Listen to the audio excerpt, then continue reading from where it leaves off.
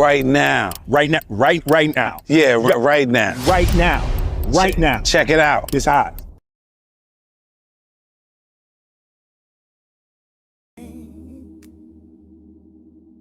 So the Brazos Valley African American Museum we're going on 20 years. It opened up July 22nd, 2006.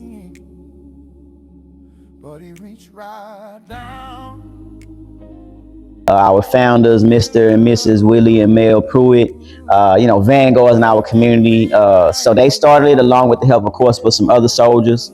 And so through the years, it's taken different identities. And so when I came back in August, I was put in charge as the administrator, the day-to-day operations. And of course, we have a board of directors that oversee, the long-term vision and strength of the museum.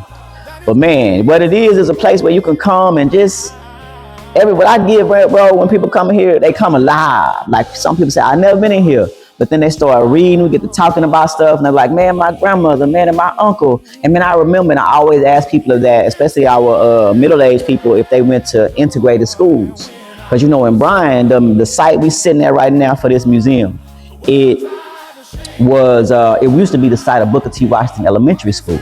But Booker T. Washington Elementary School burned down. And so we, of course, the museum is now here. Got a lot of history in this museum, bro. And for me, I'm looking forward to helping bring about more educational programming and making it be, a resource for our community under the leadership of our board of directors. Even in the African American Museum, I used to host like these summits, entrepreneurship summits, like Jimmy would bring kids over from Neal in the summertime, Boys and Girls Club. We did like 3 summer camps over there. Miss Tracy there drive us down in Houston, PV, TSU. Some of the kids that, was in my program, like Brooke Sullivan, she went on to be Miss U of H. Dion Green graduated from Bethune-Cookman. Jabril Hanks, he running businesses, my brother. So part of my vision for the museum, because I believe the museum is a safe Black space, if I could put it that way, and it has to remain that way. The mission of the museum is to preserve, to develop, to explore, and present the history and the culture of African Americans. And so that's part of my vision, is to leverage the museum as a space. Because we had a dinner here in September. I invited like 12 people and like 9 came, and it was a nice round table discussion of some people. And so to answer your question, yes, we do see in our community, we have larger community-wide initiatives that are not really frequented by the African American community, and that's up for conversation about whose fault that could be. But we can always create our own, because that's what liberation means to me. Being liberated don't mean I'm liberated so I can fight against you. I'm liberated so I can just walk off and do my own thing. And so for starters, I think the museum is the place to leverage that type of action, and that's part of my vision and what I plan to kind of lead more into while I'm here going into 26. I went to U of H. But when I first got to college, I had never saw nobody, because I was my mother, I was straight laced. But when I got to college, I saw somebody leave class and nobody said nothing. So my first semester of college, man, I ended up failing every single class, dropped out, ended up working. But when I was 23, I said, man, I'm gonna do it, because I had a son by that time. I was like, man, I need to create a legacy. I gotta go get some education. That's what I believe. So I decided I was gonna go to the best college money can buy, man. So I went to Morehouse College in Atlanta, Georgia.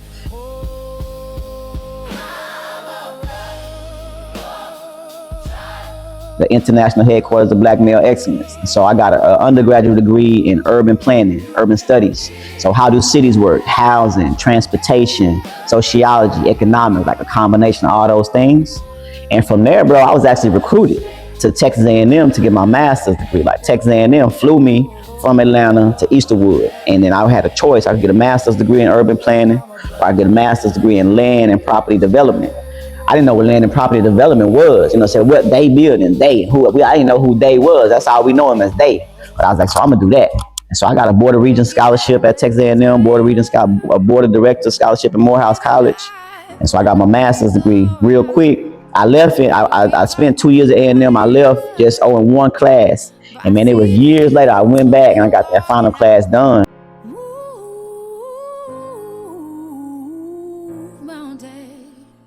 And it was actually a part of my letter of intent when I applied to A&M, that when I get this degree, I want to work in Africa. So 10 years later, I finished the deal right before I went to Africa for them 2 years. So it's just serendipitous the way the good Lord worked. Man, 4 years in East Africa. I'm coming up on 15 years for my program shift. We started out helping people pay for college. I was the first person, I was the first generation college graduate. And it was hard. So I was like, man, writing a book about paying for college, and that's what ended up helping us start people paying for college, partnering with the Boys and Girls Club, Brown ISD. And I pivoted. That was in 11. Around like 15, we started 14, 15, we started doing home ownership. Started helping people get down payment assistance. Started hosting credit counseling sessions so people could first, get their credit right. I actually became a loan officer so I could understand how do mortgages work. But then, man, Brian, it take its toll on you. So around 18, man, I pivoted. I went to Cali for like 3 months, like on this, like a sabbatical. Like, man, let me just see what I can do next. So I started praying to the Lord. I was riding the bike every day to the beach. And I just heard, I was looking for clarity, and it said teach. So I came back, started teaching at Aero Academy, JJ school over there. I taught 2nd grade math, like 1 semester. And then, as soon as I came back from California, within 2 weeks, I was teaching 2nd grade math. And then I took a job in Houston teaching at Yes Prep North Forest. Then COVID hit. Before I knew it, I was home, but I was still getting paid. So I started researching, man, what I really want to do next? What's the most amazing thing I can do? I'm gonna go to Africa. And so before I knew it, man, I built up the courage. I went over there 2021, 2 weeks after my son graduated high school, fell in love. Then I seen, man, these people over here, and they need to understand, like, because they was only selling to people that walk right by. Like, if I don't walk by your clothing store, your food stand, I never buy what you got. So I started teaching digital marketing. I started teaching online. So I came back first. And so because I had been going through COVID teaching at the schools online, I understood, okay, boom, well, I could just teach my own curriculum online, and they in Uganda, Kenya, DR Congo. So I started teaching it virtually, and the demand was there. Like, I could get 40 people signed up in like a week's time, easy. And so I was like, man, I don't know what this is, but I'm finna go over there. This is the fertile ground I've been looking for my work. And so, man, a year later, I got my son situated, sold my home in Houston, and just went over there. And then I stayed over there for 3 years, with 2 years rock solid. Came back for the holidays. But it is a difference, though, in Africa and where I was at in Uganda. It's real poverty. Like, we'll think we poor, but we still eating good with new shoes on. But over there, it's real poverty, so people are hungry. It's a different kind of hunger.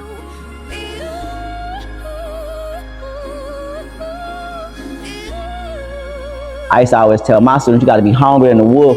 The wolf climbing the hill got to be hungrier than the wolf that's on top of the hill. We give our young boys, and in some instances our young girls, the ball at 6, 7, 8 years old. And as they going through the Little League ranks, they got their community, their friends and family around them all the time, whether it be the coaches or any of them that's coming to the games.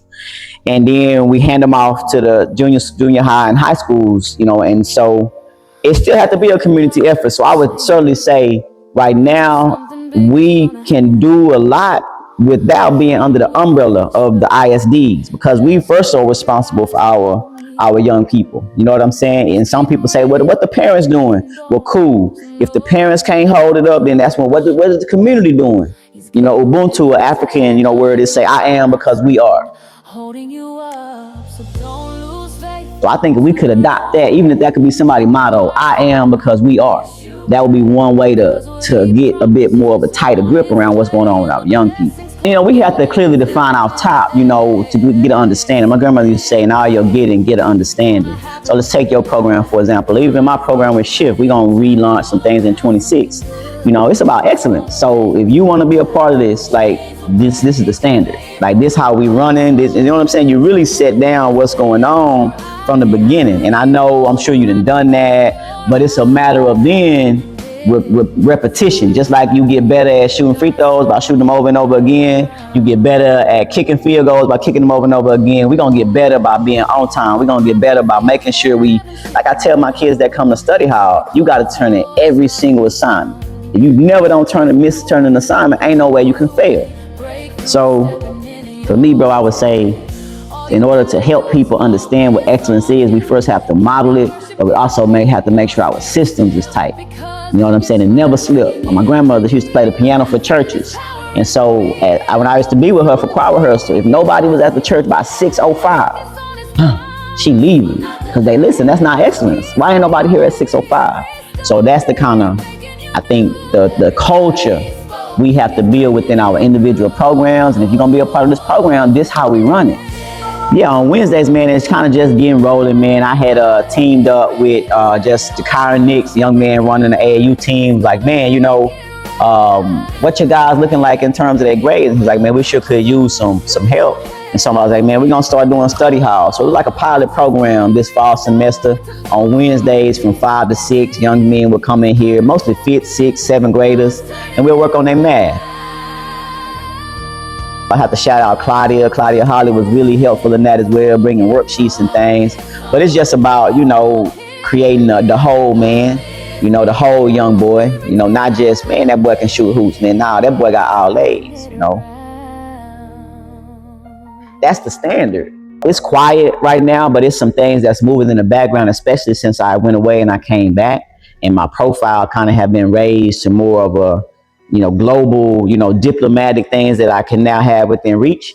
And so I have been able to do some things and some things working. For example, one thing I can speak on is the BCS Sister Cities, which is a program here that's locally ran. So it's primarily Aggies that run it. And what they do is partner Bryan College Station with other cities to be able to send young people and business people to those countries and do business and build relationships. But we don't have no African sister city right now. And so when I came back, a friend of mine, you know, invited me to come to a meeting, and eventually I'm on the board of directors for that BCS Sister Cities. So we're working on a program now to build a bridge between our community and where I'm doing work in East Africa, and it's Aggie driven. And so, yeah, I haven't really used my networks as much as I could, bro, but I know now that I really got some motion, now is the time to kind of tap in at a high level. Yeah, I would love to have like a coalition. You know how like Jesse Jackson started like the Rainbow Coalition, where it was just a lot of people coming together for a similar cause. Like that's kind of my vision for the community, is to start a coalition of nonprofits that wanted to have a similar outlook, you know. And I think we could bring a certain structure to the overall, you know, goals and reach of what we're doing. Just be on the lookout, you know, because it is, like you said, it's a lot of people that's successful. It's a lot of people that's done some work, and people really, from what I'm seeing, people just want to know how to be. Like, how do I navigate this terrain? How to be? But the thing is, this is our domain. Like, this is your domain. So you don't have to be looking for no rule book or looking for nobody to tell you what to do. Like, everybody just making it up as we go. And then you go into the dirt. So I think that what we need is those people that's brave and courageous. You know, we just need to get some order and structure. And again, we can't do everything, bro. We can certainly do something, as long as you're doing something. As long as you're doing something. You know what I'm saying? We can't, people gonna talk a pair of lips and say anything. And that's one thing you have to know about being the man in the arena. That's what I would leave with. Being the man in the arena. That means you might be bloodied and bruised and scarred up, but at least you're not the person in the stands that's pointing, that never knew nothing about victory or defeat. I'd rather be the man in the arena 7 days a week.